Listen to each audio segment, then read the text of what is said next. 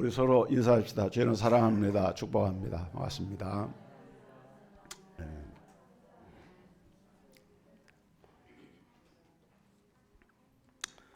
성경에 보면은 안식일, 안식년, 신년이라고 하는 제도가 나옵니다. 특별히 안식년이 되면은 반드시 땅을 쉬게 해야만 됩니다. 이때는 한 해를 휴경기간으로 정하고 농사를 짓지 않고 저절로 맺힌 열매를 거두지도 않습니다. 여기는 두 가지 의미가 있는데 그 하나는 무엇보다도 땅을 쉬게 하라 하는 그런 의미입니다. 레위기 25장 4절에 땅을 이렇게 쉬게 해야만 땅도 너희에게 먹을거리를 내어줄 것이다. 이 말씀대로라고 하면은 이미 하나님은 오늘날 소위 생태학자들이 말하는 이런 생태학적인 지혜를 그 시대에 이미 실행을 하고 있는 것을 볼 수가 있습니다. 땅은 생명체이기 때문에 쉬어야 지력을 회복할 수가 있는 것이죠. 그러나 더 중요한 정신은 가난한 사람들로 하여금 자연 소출을 먹게 하는 데에 휴경의 의미가 있었습니다. 우리가 씨를 뿌리지 않고 인위적으로 가꾸지 않아도 포도라든지 무화과라든지 올리브라든지 이런 나무는 저절로 자라고 또 열매가 맺히게 되는데 안식년에는 이러한 자연 소출을 누구나 자유롭게 먹을 수 있도록 한 것입니다. 비록 자기 토지가 없는 가난한 사람들이라도 안식년이 되면은 구애받지 않고 이것을 취할 수가 있게 됩니다. 이렇게 땅을 쉬게 하는 것이 안식년의 첫 번째 정신입니다. 두 번째로는 신명기 15장에 나오는 신명기 법전에 보면은 안식년이 되면은 이웃 사람의 빚을 탕감해 주라는 규정이 있습니다. 가나안 땅에 처음에 정착할 때는 모든 이스라엘 사람들이 다 균등했습니다. 그러나 세월이 흐르면서 빚을 진 사람도 생기고 또 경제적인 불평등 현상, 우리가 소위 말하는 빈익빈 부익부 현상도 생겨나게 됐습니다. 그래서 6년이 되면은 한 번씩 다시 원상을 회복시키는 거예요. 이 경제적 불평등 구조는 출애굽 정신의 정면으로 위배가 되기 때문에 가나안 땅에 처음 이스라엘 백성들이 들어왔던 그 상태로 되돌아간다 하는 것이 안식년 제도의 정신입니다. 그 다음에 세 번째는 노예를 해방시키라는 규정입니다. 이것도 역시 신명기 법전에 나오는데 히브리 노예들, 종살이하는 사람들은 6년 동안 주인에게 봉사를 하면은 7년째 된 해에는 반드시 해방이 되어야 한다는 규정입니다. 이것도 역시 자유와 해방을 찾아서 출애굽을 했던 그 출애굽 정신에 비추어 볼 때 이스라엘 백성들이 자기 동족들이 어떤 사회적인 환경에 의해서 빚을 지고 노예가 됐다 할지라도 그러나 안식년이 되면은 반드시 그 종의 상태를 벗어나도록 사회적으로 제도적으로 이렇게 신분의 전락을 막는 이런 규정을 둔 것입니다. 이러한 안식년법은 또 희년법의 모체가 됩니다. 안식년 제도는 이제 말씀한 대로 6년 일하고 7년째 되는 한 해를 쉬는 것을 말하는데 주로 기독교권 국가의 교회와 학교에서 이 안식년 제도를 시행을 하고 있습니다. 그렇기 때문에 안식년 제도는 일종의 기독교 문화가 되었는데 교회에서는 목회자들에게 그리고 대학에서는 교수들에게 재충전과 연구의 기회를 주기 위해서 이 안식년 제도를 도입하고 있고 또 비기독교 대학에서도 연구년 또는 연구출장이라고 하는 이름으로 연구할 기회를 주고 있습니다. 이런 안식년과 이 희년은 아주 밀접한 관계가 있어서 함께 설명을 해야 이해하기가 쉽습니다. 희년이라고 하는 말의 희자는 기쁠 희자입니다. 기쁨의 해란 뜻이죠.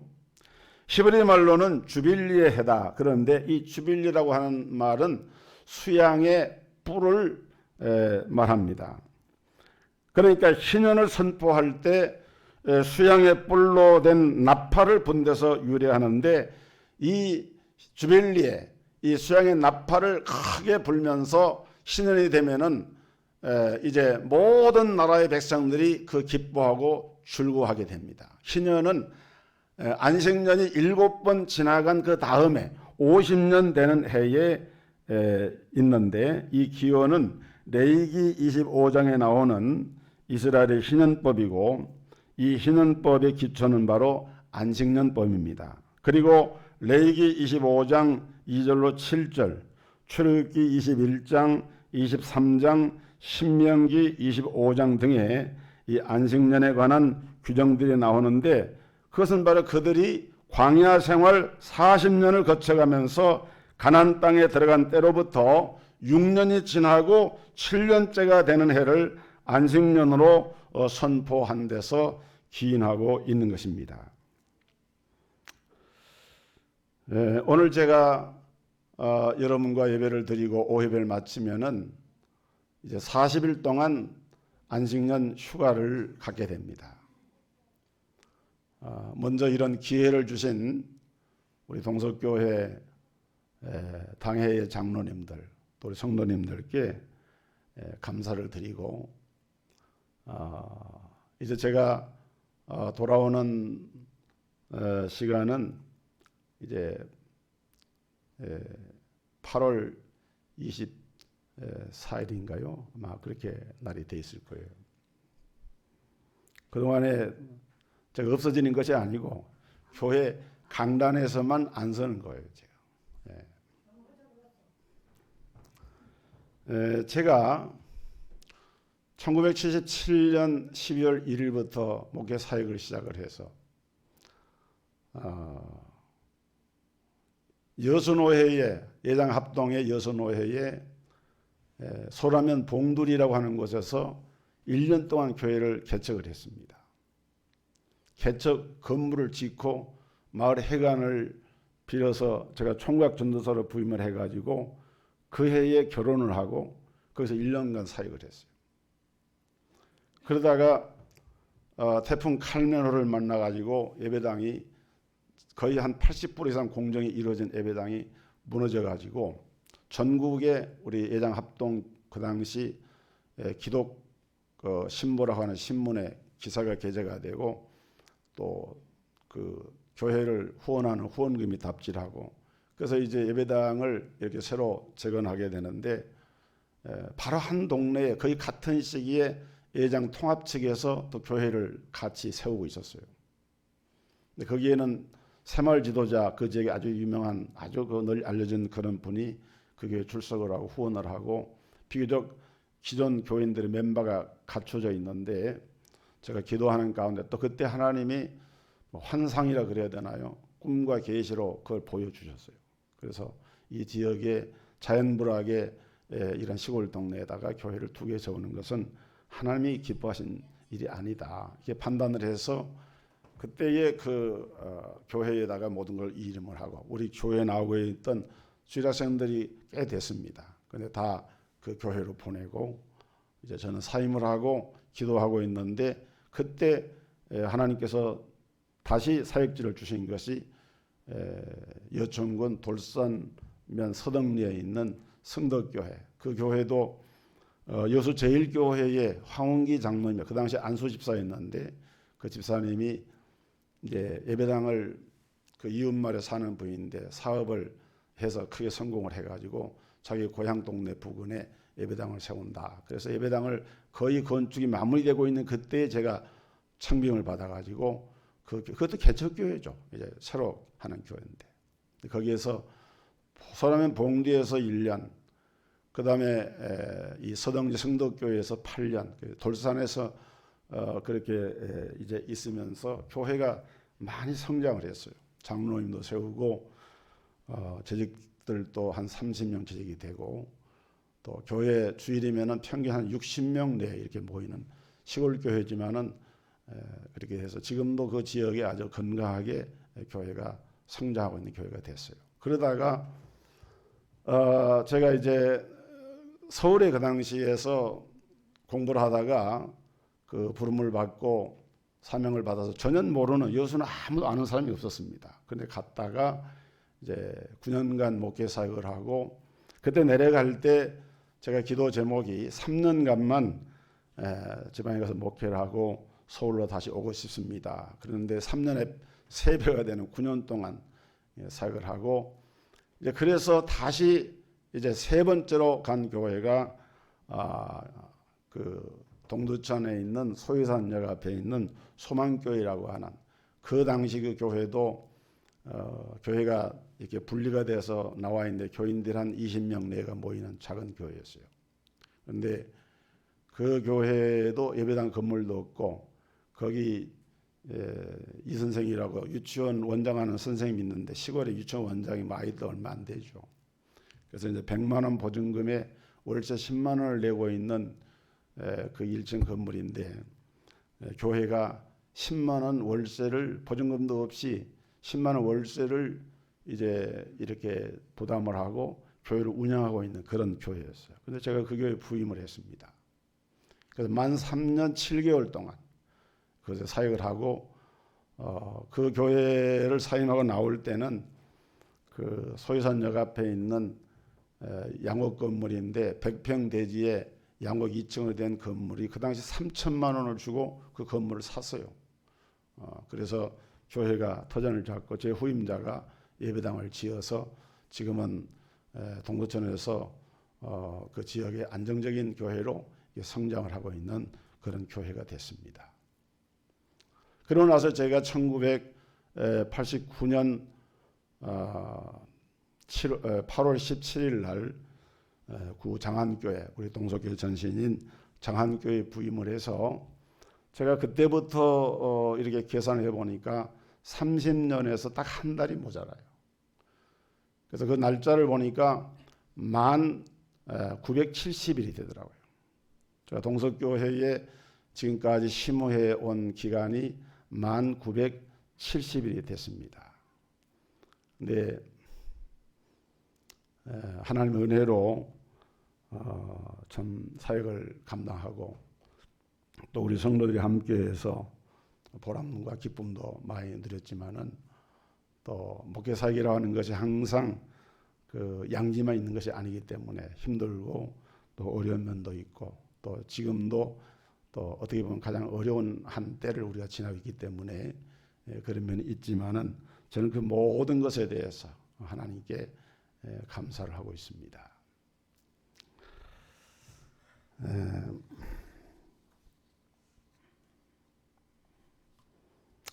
제가 이제 그 안식년 휴가를 맡아서 한 40일간 기간이 되면은 그동안에 목회를 하면서 물론 중간중간 뭐 해외 선교도 나가기도 하고, 또 개인적인 일이 생기기도 하고 해서 강단을 이렇게 한 주간 이래 비워보고 2주간까지 비워본 그런 일이 있지만은, 이게 장기적으로 한 달이 넘게 강단을 비워본 것은 지금까지 제가 42년 목회를 하면서 이제 처음입니다. 근데 저에게는 이번 기간이 굉장히 소중한 기간이 될 것 같아요. 그래서 이 기간 동안에 그동안 좀 소원했던 뭐 개인적인 일들도 있을 것이고, 친척이라든지 방문이라든지, 또 옛날 내가 목회 사역했던 목회지를 이렇게 돌아보면서 뭐 그분들 중에도 이렇게 지금도 서신이나 이런 연락이 오고 가는 분도 있는데, 이제는 제가 이제 목회도 마무리를 해야 될 시간도 가까우니까 그런 걸 좀 둘러보는 기회가 되면 좋겠다. 그래서 아마 해외에 여행도 생각했지만은 사모가 건강이 좋지 않기 때문에 해외는 나가지 않습니다. 그러나 국내에는 비교적 여러 곳을 이제 방문하면서 주로 이렇게 투어를 하게 될 것 같고, 또 그것과 함께 또 한 가지 중요하게 여기고 있는 일이, 제가 영성학을 연구하고 그동안에 쓴 글들이 꽤 됩니다. 그래서 아마 이걸 책자로 발간하면은 한 500페이지 이상 되는 상당히 큰 책자가 될 것 같아요. 근데 기초적인 원고 작업은 돼 있지만은 책으로 내려고 하면은 상당한 보완 작업이 많이 필요한 그런 부분이 있는데, 이 작업을 병행해서 제가 우리 교회 목양실에서도 그 작업을 진행하고, 또 참고 도서를 얻기 위해서 도서관에도 가게 되고, 그래서 병행을 해서 아마 그 일을 하게 되면은 빠르면은 금년 말 안으로 책이 나올 수도 있고, 또 좀 늦어지면은 내년 봄까지 갈 수도 있지만은 어쨌든 그 중요한 작업을 지금 이 휴가 기간 동안에 제가 진행을 하려고 이렇게 생각을 하고 있습니다. 제가 1952년 12월 27일생입니다. 우리 교단에는 목회자의 정년 제도를 두고 있지 않습니다. 지난달에 저보다 뒤에 교단 총회장을 하셨던 서금선 목사님은 저보다 총신대학교도 6년 선배고, 나이도 1945년생이니까 저보다 나이가 7살이 많은데, 지난달에 교회에서 은퇴식을 했습니다. 원로 목사로 추대를 하고 후임 목사가 청병을 해서 이제 제가 거기 순서를 맡아서 갔는데 아주 은혜롭게 진행을 했는데, 그 말은 무슨 말인가 하면 그분이 75세가 넘도록 목회를 한 거예요. 또 지금도 현역으로 우리 교단은 목회자의 그 정년이었기 때문에 78세, 79세 되신 분이 현재 목회하는 분이 여러 분 있습니다. 교단의 법은 그러지만은 저는 그렇게 목회를 그렇게까지 하고 싶지는 않고, 또 교회 발전을 위해서도 70세 정도의 목회를 이제 정리한다라고 할 때에 앞으로 한 3년 남짓 기간이 남아 있는데, 또 솔직히 그 목회자가 정년 후에, 은퇴 후에 삶도 중요하지 않습니까? 그래서 그런 일들에 대한 준비하는 일들도 좀 알아보면 좋겠다, 그런 생각을 개인적으로는 그렇게 하고 있습니다. 제가 제 신상에 관한 부분들을 좀 이렇게 말씀을 드리는 것은, 그렇게 하는 것이 또 우리 교회가 이것을 준비하고 기도하는 데도 도움이 되겠다는 생각에서 말씀하는 것입니다.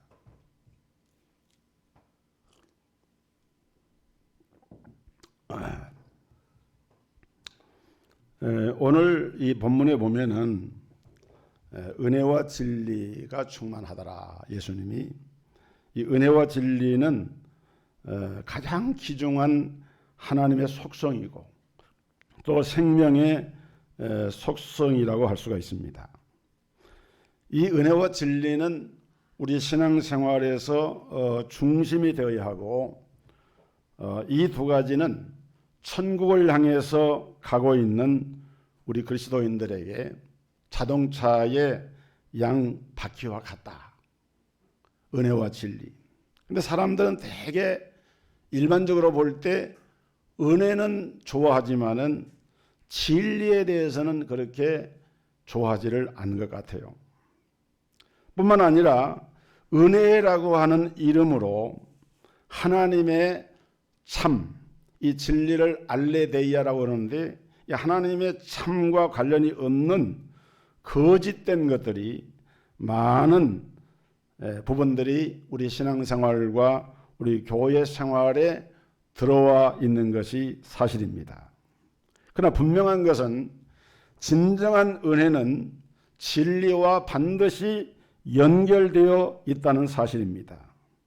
진리와 관계되지 않은 것들이 은혜라고 하는 이름으로 포장이 되고 가장이 되고 은혜로 하면 돼라고 하는 쉬운 말로 그 진리를 가볍게 생각하게 되면은 거기서부터 교회는 중심을 잃게 됩니다. 디모데전서 3장 15절에 만일 내가 지체하면 너로 하여금 하나님의 집에서 어떻게 행하여야 할지를 알게 하려 함이니 이 집은 살아계신 하나님의 교회요 진리의 기둥과 터니라.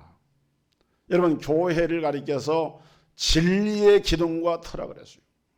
교회는 진리의 기둥과 터 위에 세워진 것이 하나님의 교회입니다. 여러분, 오늘 이 시대의 비극은 은혜를 바로 알지 못한다는 거예요. 여러분, 은혜라고 하는 것은 단순히 듣기 좋은 소리가 아니라 은혜는 같은 진리이신 하나님으로부터만 오는 것이 은혜예요. 우리에게 은혜를 주시는 하나님은 동시에 진리의 하나님이라는 사실을 우리는 기억해야 됩니다. 오늘 교회를 정치 형태를 따라서 교황정치, 감독정치, 장로회 정치, 또 회중정치 이렇게 구분을 합니다. 교황정치나 감독정치는 수직적인 그런 상호관계를 통해서 교회를 직분자를 세우고 조직을 운영하는 그러한 교회 형태가 교황정치와 감독정치입니다. 그래서 감리교회나 지금은 한국의 경우는 감리교회도 장로교회 제도를 많이 들여가지고 탈감리교회화되는 부분이 많이 있지만은 원래 감리교회는 교회가 청빙을 하는 것이 아니라 그 감독회의에서 이제 목회자를 이렇게 파송하는 파송제거든요. 지금 형식은 지금도 그렇게 하고 있습니다. 감리교는. 그리고 또 거기에 반해서 또 다른 한편에는 회중교회의 정체가 있는데 대표적인 것이 이제 침례교회라고 할 수 있습니다. 미국 같은 경우는 그 전체 개신교의 가운데서 이 침례교가 차지하는 비율이 굉장히 높습니다. 장로교회가 오히려 더 소수고 침례교회가 오히려 더 다수예요. 그런데 이 침례교의 장점은 이렇게 강한 그 교회 조직 속에 교회를 두는 것이 아니고 모든 개인의 그 신앙과 이런 그 신앙 생활에 대한 것들을 최대한 보장을 하고 이제 교회 조직은 최소화해서 개인의 신앙과 양심에다 이를 맡겨서 교회를 운영하는 그런 정치 형태예요. 그런데 우리가 교회 정치 가운데서 이런 교황과 감독 정치와 회중 정치 중간에 있는 것이 장로회주의라고 말할 수가 있습니다. 이 장로회주의는 어떤 정치인가 하면은 목사와 장로로 당회를 구성하고 목사와 장로로 구성된 당회가 이제 교회의 그 이제 중요한 문제들을 이제 결정하고 진행해 나가는 그런 정치 형태가 장로의 정치입니다. 특별히 성경은 장로를 교훈장로와 치리장로로 구분을 합니다. 그래서 목사는 교훈권과 치리권을 가지고 이제 교회를 섬기게 되고 또 장로는 치리권을 가지고 목사와 동사협력을 해서 교회를 치리해 나가는 정치 형태가 장로의 정치입니다. 특별히 이 교훈권이라고 하는 것은 굉장히 중요합니다. 그래서 하나님께서 위인 목사로 담임 목사로 이제 해 교회에 목사를 위임을 하고 담임토록 이게 세우게 되면은 그 목사는 그 교회의 모든 성도들에게 영적 양식인 하나님의 말씀을 강도하는, 그래서 강도는 말씀을 베풀 강자 말씀도자, 말씀을 베푸는 것을 강도라고 그래요. 옛날에 주목을 강도사라고 그랬죠. 그래서 이 말씀을 강도하는 일을 하게 됩니다. 이것은 굉장히 중요한 일이 되기 때문에 이 교훈권을 목사의 전무 사역으로 특별히 담임 목사 당회장에게는 이 전무 사역을 이걸 맡긴 거예요. 이것이 우리 장로의 주의의 이제 그 하나의 특징이라 할 수 있습니다. 예를 들어서 침례교 같은 경우나 어떤 오순절 계통의 교회나 그리스도교회 같은 그런 경우는 이런 그 회중 정치를 표방하기 때문에 유명한 그 스폴전 목사님이 회심할 때도 그 옛날에 영국에도 이렇게 교역자가 어느 교세나 시골에 다 배치가 되지 않았습니다. 눈보라가 많이 몰았죠. 한 겨울에 눈길에 가까운 교회로 들어갔는데 그 교회의 그 회중교회의 그 집사님이에요. 집사님이 강단에서 말씀을 선포하는데 그 말씀이 자기 마음에 와 닿아가지고 거기에 그 깊은 깨달음을 얻게 돼요. 그래서 우리가 이제 이런 회중교회의 특색은 뭔가 하면은 안수를 받지 않은 이제 목사라 아닌 일반 회중 가운데도 은혜를 받은 사람은 그때그때 성령의 인도를 따라서 말씀을 선포를 하는 그런 형태를 가지고 있습니다. 그것이 부분적으로는 또 성경에서도 그런 부분이 없지 않아 있는 것도 사실이지만은 그러나 장로의 정치 체제하고는 또 다르죠. 장로의 정치는 반드시 말씀의 교훈권을 목사와 이 성직의 훈련을 받은 목회자에게 그것을 전임사항으로 맡긴 거예요. 그래서 제가 강단에서 이제 강단을 40일간 떠나서 한 6주간 교회를 떠나 있지만은 우리 부목사님인 송기정 목사님이 이 강단권을 제가 위임을 했습니다. 오늘 당회에서 오후에 모이면은 제가 다시 확인하고 얘기하겠습니다만은 그 교회를 하나님의 말씀을 선포하는 그 권한을 당회장이 담임 목사가 부목사인 우리 손 목사님에게 위임을 해서 제가 없는 동안에는 그 모든 말씀의 순서, 본문을 정하는 것, 제목을 정하는 것, 선포하는 것을 이제 부목사님이 그 직무를 수행을 하게 됩니다. 왜냐하면 이것은 담임 목사에게 부여된 그 중요한 직무가 되기 때문에 그것을 위임을 한 거예요. 그럼 우리 장로님들은 어떤 일로 목회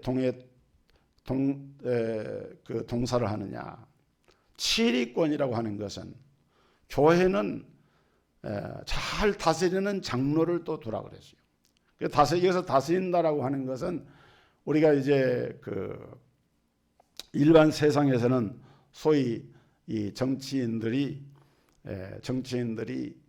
정치적인 목적을 가지고 어떤 공동체에게 어떤 정치적인 힘을 가지고 어떤 그 권세를 행사를 할 때에 우리가 정치력을 발휘한다 이렇게 말합니다. 그러니까 교회 공동체의 치리라고 하는 것은 그렇게 통치하고 다스리는 그런 그 말하자면 상명하복식의 그런 치리가 아니라 목사로부터 장로로부터 또는 권사나 안수집사나 교회의 모든 직분과 직책은 섬김의 치리인 것입니다. 그래서 예배소 4장 11절 12절에 보면은 그가 혹은 사도로 혹은 선지자로 혹은 복음 전하는 자로 혹은 목사와 교사로 주셨으니 이는 성도를 온전케 하며 봉사의 일을 하게 하며 그리스도의 몸을 세우려 하십니다. 이 목사도 장로도 우리가 치리한다고 하는 것이 봉사 일을 한다고 하는 이 말이 섬긴다고 하는 말이거든요. 그래서 교회는 우리 주님이 바로 그 섬김의 본을 보여주셨고 오늘 그 섬김의 본을 보여주신 그 핵심의 원리가 바로 그 은혜와 진리로 오셔서 은혜와 진리로 충만하신 예수님이 우리 인간에게 이 은혜와 진리를 회복시켜 주시려고 주님께서 육신을 입고 이 땅에 오셨다라고 말씀을 하고 있는 거예요. 오늘 본문 14절에 말씀이 육신이 돼요. 사실 이 말씀이 육신이 되어 이 말처럼 소중한 말이 없어요. 우리가 인카네이션이라고 이렇게 얘기를 하죠. 인카네이션. 성육신이란 말입니다. 성은 이룰 성자, 육신을 이뤘단 말이잖아요. 그러니까 말씀이 육신이 되어 우리 가운데 거하심에 우리가 그 영광을 보니 아버지의 독생자의 영광이요 은혜와 진리가 충만하더라. 여러분, 우리 예수님은 은혜와 진리가 충만하셨어요. 그런데 예수님이 하늘 보좌를 그대로 천상에서 성자 위치에서 계시면서 은혜와 진리가 충만했을 뿐만 아니라 이 땅에 육신의 몸을 입고 오셨을 때도 은혜와 진리가 충만했다. 여러분, 예수 그리스도의 육신으로 오심은 어떤 이유로도 약화시킬 수가 없는 하나님 아버지의 절대적인 사랑이 그 근저에 있는 것을 우리가 알아야 합니다. 얼마나 사랑하셨으면 말씀이신 예수 그리스도가 육신의 몸을 입고 이 땅에 오셔서 우리를 섬기려고 십자가에 자신을 내어주시려고 그렇게 하셨는가를 우리가 생각할 때 이것은 하나님의 놀라운 사랑이다. 주님께서 육신으로 오신 것 자체가 십자가의 죽음과 뒤지지 않는 희생이요 고통이신 거예요. 왜? 그는 근본 하나님의 본체시거든요. 그는 근본 하나님의 본체신데 하나님이신 그분이 사랑과 같이 육신의 모형으로 나타난다.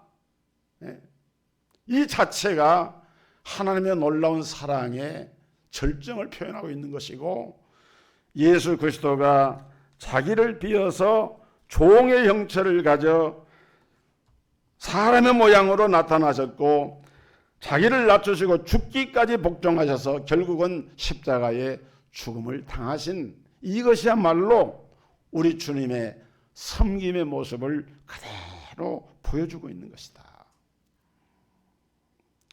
여러분, 진리 하나님을 바로 알지 못했던 유대인들은 이 진리를 받아들일 수가 없었습니다. 요한복음 8장 45절에 내가 진리를 말함으로 너희가 나를 믿지 아니하는도다. 너희 중에 누가 나를 죄로 책잡겠느냐.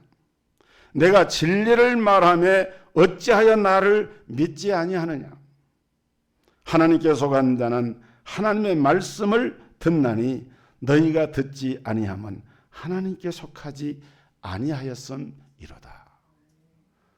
여러분, 진리에 속하지 않는 사람들은 진리로 이 땅에 오신 예수님 말씀에 귀를 기울이지 않습니다. 예수님이 딱 지적을 하셨어요. 너희가 진리로 나를 거부하는 것은 너희가 하나님께 속하지 않았기 때문이다. 이런 안타까움을 사도 바울도 가지고 있었습니다. 갈라디아 4장 16절에 그런즉 내가 너희에게 참된 말을 함으로 원수가 되었느냐. 갈라디아의 일부 거짓 교사들의 선동을 받고 그 게임에 넘어간 그 사람들이 바울이 증거하는 이 하나님의 말씀을, 진리의 말씀을 전함에도 불구하고 그 말씀을 받아들이지 않았어요. 그래서 하나님의 원수가 되었다. 바울의 원수가 되었다. 이 안타까운 현상입니다. 거짓에 속한 사람들은 진리를 대항하게 되는데 그 이유는 뭔가 하면은 자기의 거짓이 진리 앞에 가게 되면 드러나게 되기 때문에 그래요. 진리는 담대합니다. 진리는 단순합니다. 예수님께서 내가 곧 길이요 진리요 생명이니 라고 말씀할 때 우리 예수님은 분명히 진리 되신 예수님이라고 말씀을 했어요. 여러분, 은혜는 사랑과 관련이 되고 진리는 하나님의 공의와 관련이 되는데, 우리 하나님의 속성은 은혜와 진리로 충만하신 분으로서 우리와 같은 육신을 입고 이 땅에 오신 예수 그리스도 역시 은혜와 진리로 충만하신 분이십니다. 그렇기 때문에 은혜를 구하는 사람도 진리를 찾는 사람도 예수 그리스도 앞에 나아가면은 만족할 수가 있게 됩니다. 십자가는 하나님 아버지의 은혜와 진리의 성취였어요. 십자가의 도가 멸망하는 자들에게는 미련한 것이요 구원을 얻는 우리에게는 하나님의 능력이라. 또 하나님으로부터 오는 은혜와 진리를 받아들이지 못하는 사람들은 너희가 서로 영광을 취하고 유일하신 하나님께로부터 오는 영광을 구하지 아니하니 어찌 나를 믿을 수 있느냐. 여러분, 세상에 헛된 영광을 구하는 사람들은 진리의 말씀을 외면하고 등을 돌리고 귀를 기울이지 않습니다. 오늘 예수 그리스도는 모든 인류에게, 저와 여러분들에게 참된 은혜와 진리를 풍성히 누리게 하시려고 이 땅에 우리와 똑같은, 다만 죄는 없으시지만은 똑같은 육신의 몸을 입고 오셔서 십자가를 지셨음을 기억하시기를 바랍니다. 그래서 우리는 은혜와 진리는 오직 예수 그리스도를 통해서만 우리가 받을 수가 있습니다. 왜? 예수 그리스도만이 은혜와 진리의 출처이기 때문에. 오늘 봉독한 말씀 18절에 보면은, 17절에 보면은 율법은 모세로 말미암아 주신 것이요 은혜와 진리는 예수 그리스도로 말미암아 온 것이라. 은혜도 누구한테서 옵니까? 예수님께로부터 오는 거예요. 진리도 누구한테서 옵니까? 예수님께로부터 오는 거예요. 여러분, 우리가 은혜를 받으려고 다른 데 가서 길을 기울일 것 없습니다. 진리를 찾으려고 세상 학문을 찾고 세상에 좋은 강연을 들으려고 할 필요 없어요. 정말 진리를 찾는 사람들, 은혜를 구하는 사람들은 예수 그리스도 앞에 나가면은 그 모든 문제가 일거에 다 해결이 됩니다. 사도 바울은 디모데에게 편지하면서 하나님은 한 분이시요 또 하나님과 사람 사이의 중보도 한 분이시니 그 사람이신 그리스도 예수라. 여러분, 어떤 사람이 강연을 잘한다. 요즘 보면은 뭐 그런 사람도 있잖아요. 대단히 사람들에게 감동을 주고 뭐 유익을 끼치는 뭐 철학 강의나 무슨 인생 상담 강의나 이런 것들을 이게 사람들이 막 쫓아서 다닙니다. 들으려고. 그러나 어떤 사람의 아무리 듣기 좋은 강연이나 철학도 시간이 지나면 가치를 잃어버립니다. 그것은 그 사람이 은혜와 진리를 줄 수 없는 한 사람의 죄이기 때문에 그런 거예요. 사람은 참되신 은혜와 진리이신 예수 그리스도를 순종할 때만이 은혜와 진리로 충만함을 받을 수가 있는 것입니다. 만약 어떤 사람이 은혜와 진리를 가졌다라고 할지라도 그건 그 사람의 것이 아니에요. 그 사람이 은혜와 진리의 출처가 아닌 거예요. 은혜와 진리는 누구한테 옵니까? 예수 그리스도부터 온다 그랬잖아요. 이것은 마치 샘과 양동이의 차이만큼 다른 거예요. 샘은 계속해서 시원한 물이 퐁퐁퐁퐁 쏟아나서 목마른 사람의 목을, 가란 목을 해결해 줍니다. 양동이는 아무리 물이 넘쳐나도요, 그 물 다 떨어져 버리면 빈 양동이 됩니다. 여러분, 오늘 하나님의 종들은 마르지 않는 샘이신 주님이 아니고 의의 태양도 아니기 때문에 한계가 있다는 사실을 인정을 해야 돼요. 거울이 빛을 발하지 않습니까? 그런데 거울은 빛을 받을 때 반사를 하는 거예요. 캄캄한 밤에는 거울이 아무 소용이 없습니다. 빛이 그 거울의 면을 비춰줄 때에 그 빛의 영향으로 거울 안에 있는 작용에 의해서 그 안에 있는 물체가 드러나는 거예요. 그런 것처럼 오늘 우리는 마르지 않는 샘 되신 주님, 영원한 빛의 근원이신 주님이 은혜와 진리의 근원이 되셔서 예수 그리스도로 말미암는 이 은혜와 이 하나님의 진리는 마르지 않는 샘처럼 우리에게 계속해서 우리의 삶을 길을 열어주시고 빛을 비춰주시고 하나님의 생명의 길로 나아가도록 인도하시는 이런 권세와 능력이 바로 그 안에 담겨져 있는 것입니다. 성부 하나님과 성자 예수님이 그 일을 행하실 뿐만 아니라 오늘 여러분 성령님은 오늘 우리가 알고자 하는 그런 진리를 깨우쳐주는 하나님의 영이라 그랬습니다. 진리는 편한 것이고 자유스러운 것이고 은혜는 사람을 행복하게 하는 유일의 출처인데 하나님 아버지와 아들 예수 그리스도와 더불어서 이 진리를 가장 구체적으로 우리 인간 속에 가져오신 분이 누구냐? 그분이 바로 성령님이시라고 성경은 증거를 하고 있습니다. 요한복음 14장 17절에 저는 진리의 영이라, 성령을 진리의 영이라 그랬어요. 세상은 능히 저를 받지 못하나니 이는 저를 보지도 못하고 알지도 못함이라. 그러나 너희는 저를 아나니 저는 너희와 함께 거하시며 또 너희 속에 계시겠습니다. 그래서 주님은 이 은혜를 세상에 가져오시는 성령님을 보내실 것을 언약을 하십니다. 요한복음 15장 26절에 내가 아버지께로서 너희에게 보낼 보혜사 곧 아버지께로서 나오시는 진리의 성령이 오실 때에 그가 나를 증거하실 것이다.